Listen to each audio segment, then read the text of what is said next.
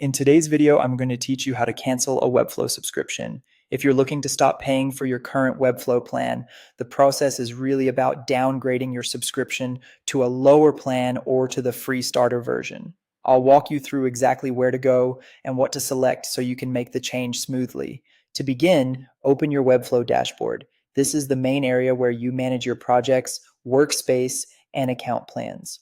Once you're on the dashboard, take a moment to make sure you're in the correct workspace if you manage more than one, because subscription changes need to be made from the right account area. From there, click on Plans. This section is where Webflow shows the subscription options currently tied to your workspace, along with the plans you can switch to. If you don't immediately see what you need, just look for the tab or menu item labeled Plans within the dashboard navigation. Next, choose the category that matches your current setup. You'll typically see options such as for in-house teams or for freelancers and agencies. Select whichever tab applies to your workspace.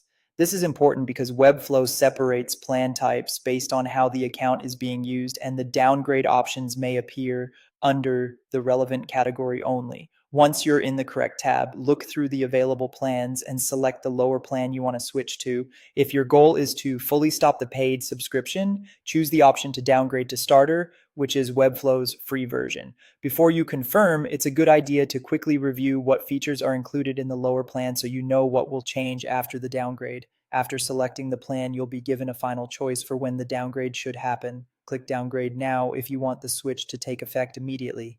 If you'd rather keep your current paid features until the end of your billing cycle, choose the option to downgrade at the end of the current billing period instead. This gives you a little more flexibility depending on whether you still need access to premium features for the rest of the month or year. And that's it. Once you confirm your choice, your Webflow subscription will be updated based on the timing you selected. If you're canceling to save money, moving to starter is usually the best option. If you still need some features, a lower paid tier may be a better fit.